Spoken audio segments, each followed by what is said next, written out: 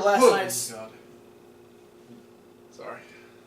Camera's on. You good? Okay. After last night's Survivor Series, Monday Night Raw had a lot of explaining to do. Lots of it. And they didn't really explain anything. No. But Raw was still okay. I'm still a little heated about it though. Yeah, no, I'm confused still. But Raw was okay. So yeah, we'll get into the lack of explaining later. But the other stuff that happened, we had another altercation between Elias and Matt Hardy after their match last night on the pre-show. Elias sang a song about how Matt Hardy sucks. Yep, and then Matt Hardy came out and beat the shit out of him. Yeah. And Elias ran away. We had... Elias' song, I think, was written by Vince McMahon this go-around. You think so? Yeah. I just feel like it's the Vince sentiment. Oh, okay. That's fair. Matt Hardy's bad without his brother. That's why we don't push him. Yeah. We had some Cruiserweight action because Enzo came out and talked shit about retaining the Cruiserweight title over Kalisto last night. That's the most action Enzo ever gets when he runs his mouth. That's true. He introduced us all to the Zo train. Just told us what they're thankful for. Yeah, told us what they were thankful for rather than them telling us. Except for Gulak. Gulak was the only one that actually got to talk on the microphone for a second. But they were interrupted by Rich Swann, Cedric Alexander, Mustafa Ali, and Akira Tozawa because they all want a shot at the Cruiserweight title. And boy, I didn't see this coming. A brawl broke out between both sides.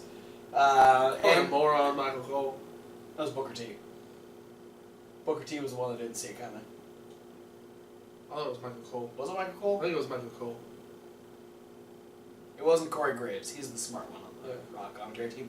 Regardless, surprise, surprise, it turned into... An impromptu 8-man tag match. What? 8-man tag match. That happened impromptuli. Impromptly. It was fun. Cruiserweight stuff. A lot of people trying to go after Enzo on the outside. Like, we're in a match, but we want to beat up Enzo. I understand. I probably want to. Yeah, I'd do the same thing. I'd probably want to do the same thing. I'd get counted out. But I'd give it up. It's worth it. Just to beat up Enzo. So worth it. But yeah, Enzo's little group were still trying to deflect the attack from Enzo. Ended up biting him in the ass though, because Tony Nese tried to help Noam Dar out of the situation he was in. He got a lumbar check for his troubles, while Noam Dar got the 054 from Mustafa Ali, and the face team picked up the win. We also had another match between Samoa Joe and Finn Balor.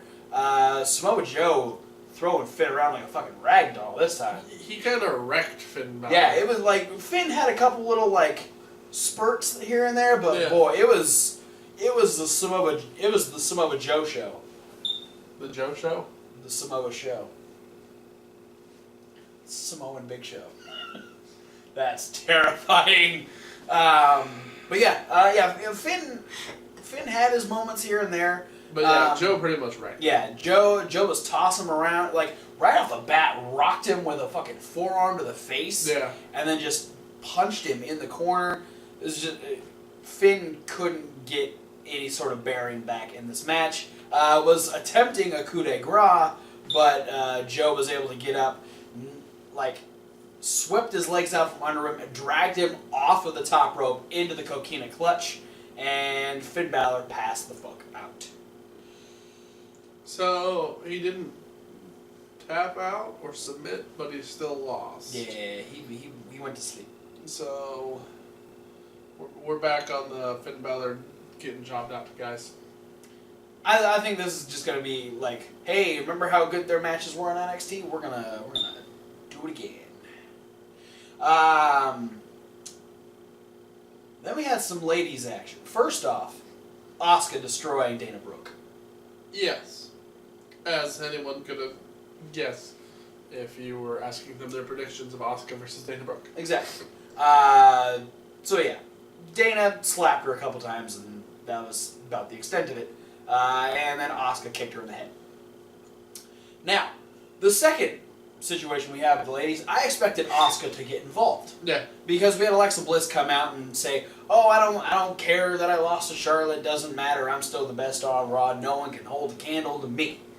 Well, Mickie James had some things to say. Bayley had some stuff to say. Sasha had some things to say. And Alicia said a thing. And I expected Asuka to have something to say. But instead, Kurt Angle had something to say. And said that Alexa Bliss... He said he's going to be the new face of the women's division. He's going to challenge Alexa Bliss. Kurt Angle versus Alexa Bliss at the Royal Rumble. He ended up saying that What? He said that Alexa would face the winner of a fatal four-way between the other ladies. I was expecting Asuka to come out and like, "Hey, I'm here. I've never been beat. I should have a run for champion." That never happened. We had a little bit of a fatal four-way. Yeah, we went directly to a commercial break and came back with only 2 women in the ring. Yeah, it was just Sasha and Bayley, and then the camera pans over and both Mickie and Alicia are on the floor. Alicia's like squirming her way around ringside. Mickey's like trying to get her bearings back while it's just Sasha and Bayley. I was really confused how a fatal four-way turned into Sasha versus Bayley. Sasha had a shot where she looked like she was about to win because she got Alicia into the bank statement. Yeah, that's Alicia's biggest weakness. Yeah, and then Bayley stomped on her. Yeah. And then Alicia's like, "Thank you," and Sasha's like, "Bitch, please." All the ladies had a couple of good moments. There was a clothesline duck neck breaker by Mickie James to Sasha Banks. Yeah. That kind of caused a little bit of a lull, but that lull didn't last long because... she's back. Holy shit, Paige returned. All 4 ladies are like, "What the fuck is happening?" Paige cut a promo that was longer than what we had seen in the match. And then Paige decided that, she wanted to make an even bigger statement and started heading towards the ring. She announced that she's back and that she's not alone. Which we were expecting more music to play. Yeah, something. Someone to come. Someone to like come out. I was almost thinking Nia was just gonna start like coming out with her. Oh, that would have sucked. But no, she had NXT. Stars Sonya Deville and Mandy Rose. Yeah, Mandy Rose hasn't been on NXT in a while, but she did have a few matches after we had a lot of the other ladies kind of move up to the main roster. And then Sonya, we're actually going to see her go against Ruby Riott on Wednesday this week. But apparently they are now on the main roster, and they, along with Paige, destroyed all these ladies. Except for Alicia Fox. Because Alicia ran away. No, Foxy ran away. She's scared of something. Mickey got an implant buster from Mandy Rose. Sasha ate a roundhouse kick from Sonya. And then Bayley got the return of the Rampage. And then that was quickly followed up by Renee trying to ask Paige and the other ladies a couple questions. And then Alexa pops around the corner and was like, "Oh, I better try and make friends with them before they beat me up." She tried to make friends. They still beat her up. They still beat her up. Slammed her into a set of shelves, into a stack of bread crates, which were apparently there for some reason, and then a big old shutter door. It's an arena. It's just... They sell burgers and hot dogs. That's where all the buns and shit come on. Why was it next to that shutter door, though? That's where they recycle them. Oh, okay. The trucks come and pick them up. That's a good point. I used to work in an arena. I know these things. I guess I should have known these things because I do work at a retail store. We do essentially the same thing. You guys have bread crates and shutter doors. Yeah. But yeah, Alexa was left laying. Paige is back. She's got backup. Interesting choice. Yeah, definitely. I'm wondering, does WWE not think that Paige by herself is a commodity anymore? I think what they wanted to do is... Or did we just feel like we needed to flood Raw with more women? And Shaft SmackDown was still 6. Yeah. And Lana. Yeah, SmackDown needs at least one more.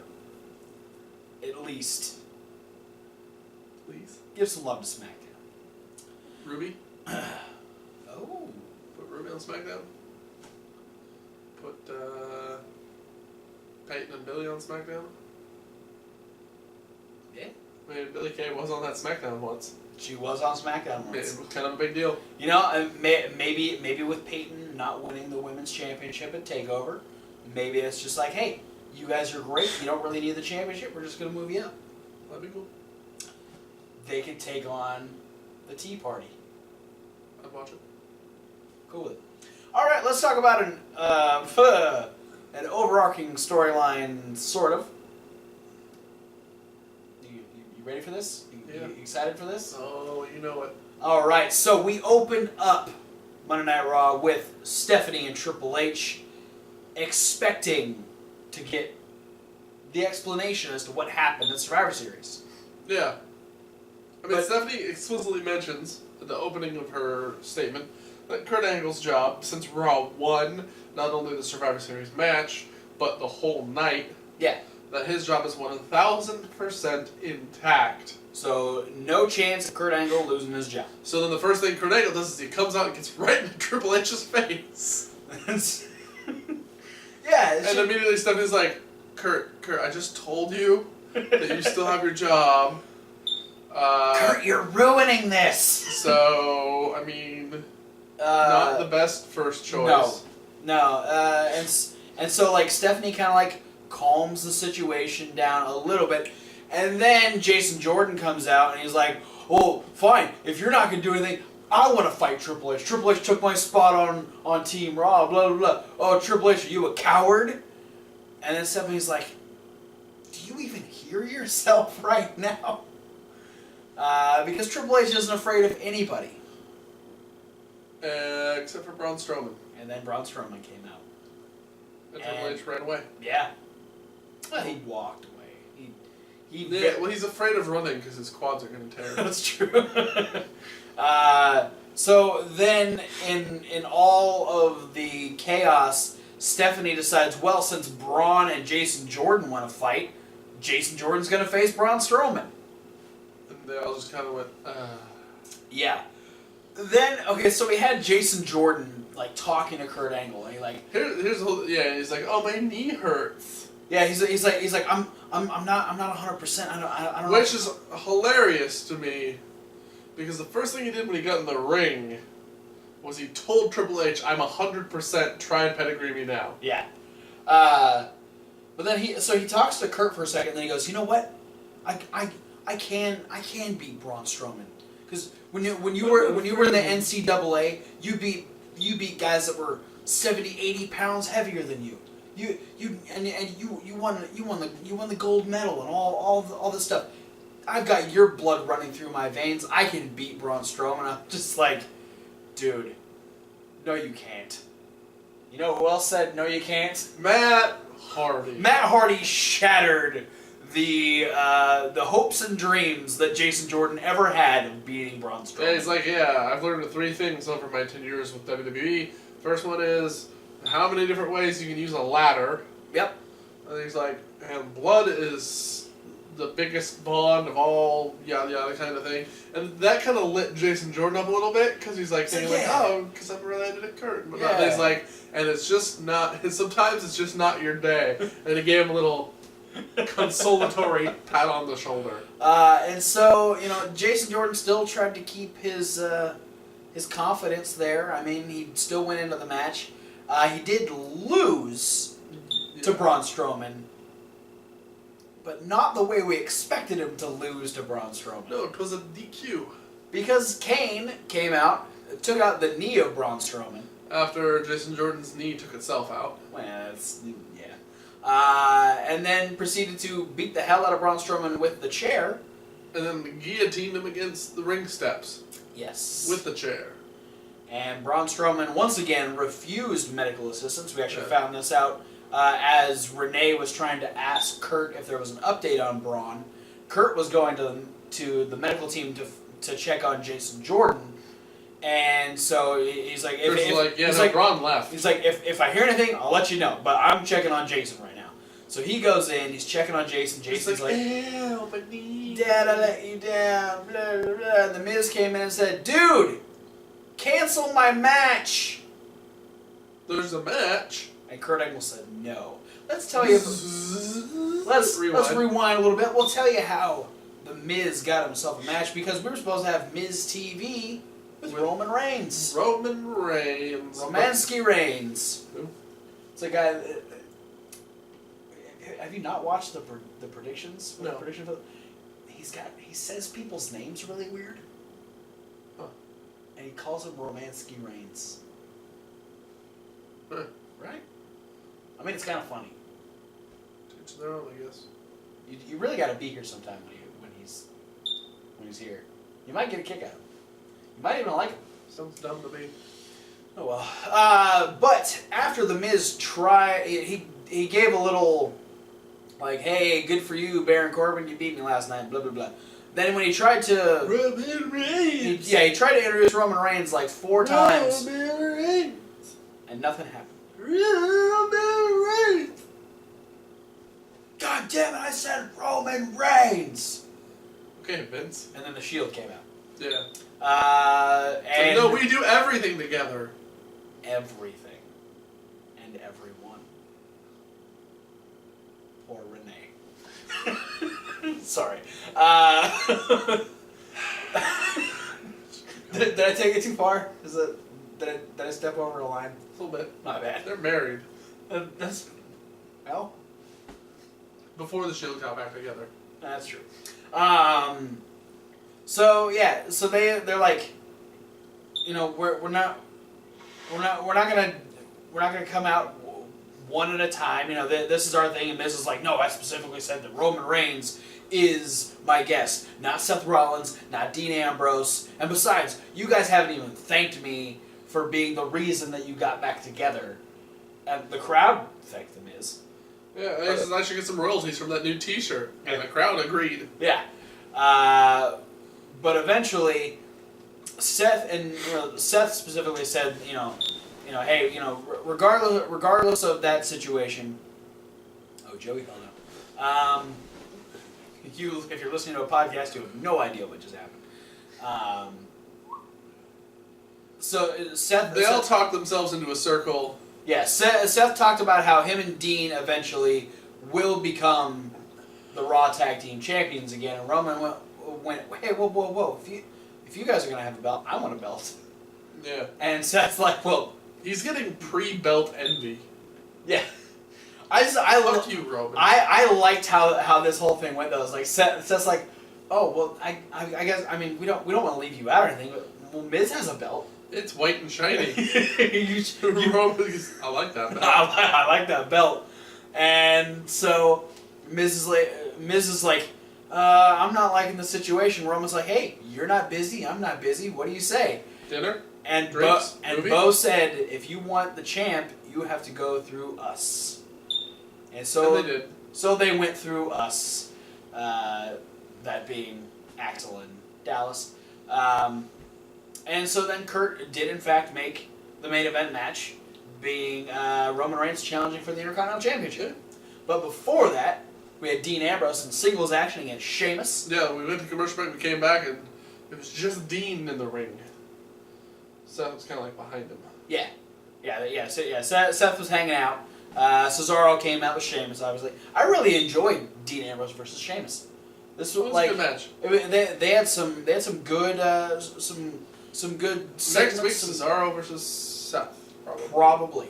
And if that happens, that'll probably be enough to get them a tag team title match, because Dean Ambrose did in fact beat Sheamus after a couple of interferences from Cesaro. Seth got tired of his shit and teleport dove. Yeah,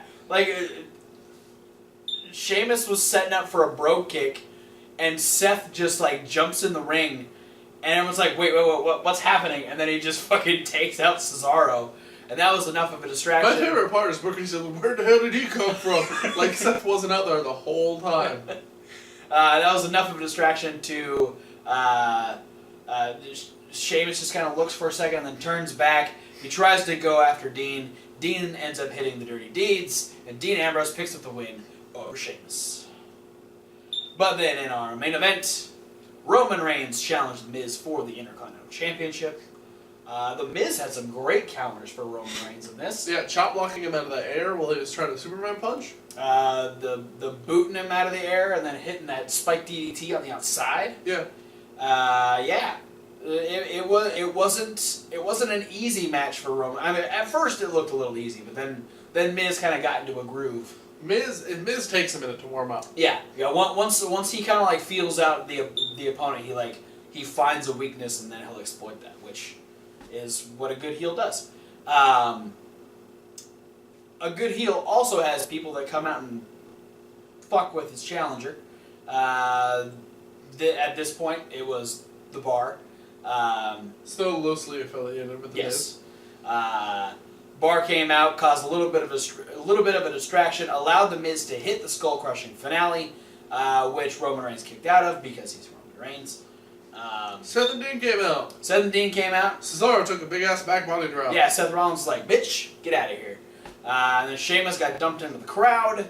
Then it was not too long after that. Like, directly afterwards. The Miz got hit with a spear. And the new Intercontinental Champion is Roman Reigns. I'm not totally sure how I feel about it. I'm taking it a lot better than I thought I would. Mostly because I don't feel like he was just handed this. Because, like, with the Shield, they've done some cool stuff since they got back together. I can't really hold the sickness against Roman Reigns. Like, he couldn't control that. So it's not like he was, like, suspended and then came back and got a belt like he did before, which was the original reason why I was pissed off at Roman Reigns. But yeah, it really depends on if, because he's the singles champion, he gets special treatment. He's Roman Reigns. He's gonna get special treatment. That's gonna decide whether or not I'm okay with Roman Reigns being a singles champion while in the Shield, because Dean Ambrose didn't get special treatment, other than the fact that he never defended the U.S. title. But he was still always... Because they're too busy doing Shield shit. He was always still part of the group. He wasn't his own entity. He was, like... And that's where I had the first disassociation. Yeah. Because Roman Reigns came out to his own theme song. Yeah. Came in his own gear. From the entrance ramp, not the Shield entry gate. Yeah. So, yeah. That needs to stop being a thing. He needs to still come out with the Shield. He still needs to be part of the Shield. Otherwise, I'm not going to like it. But, you had a funny promo with The Miz, so I'm giving you a pass this week, Roman. Don't fuck it up. Mostly creative, don't fuck it up for Roman Reigns. But with that being said, Raw was a decent show. Thank you for watching. Don't forget to like, comment, and subscribe. Click those links. So many links. Like a podcast. That's the SoundCloud link. And Reasonable Wrestling Fans. It's Reasonable W. Like why Triple H? Yeah, we Still no explanation. Tell us. Why? Over on Reasonable Wrestling Fans, coming up very soon, there will be a brand new unboxing, because the box that we will be unboxing is right over there. We're going to be doing that. No, that's the playlist. Oh, my bad. It's inside the playlist. If you click it hard enough, you might get a Pro Wrestling Crate. So just hit it as hard as you possibly can. Just kidding. Don't do that. Do it. Break your computer. Don't do that. But there will be an unboxing inside video. Your monitor. No, it's not. There will be an unboxing video over on Reasonable Wrestling Fans. Check it out. Stay over here. Go back. Check out our NXT and our Survivor Series review. Check out our videos. Overall positive on both of them. Yeah. Check out our videos here or the podcast for all of our regular reviews. Have a good Thanksgiving coming up. But for now, guys, thanks for watching. We'll see you at whatever video you decide to watch next. Yeah. Fuck Enzo. Yeah, fuck Enzo.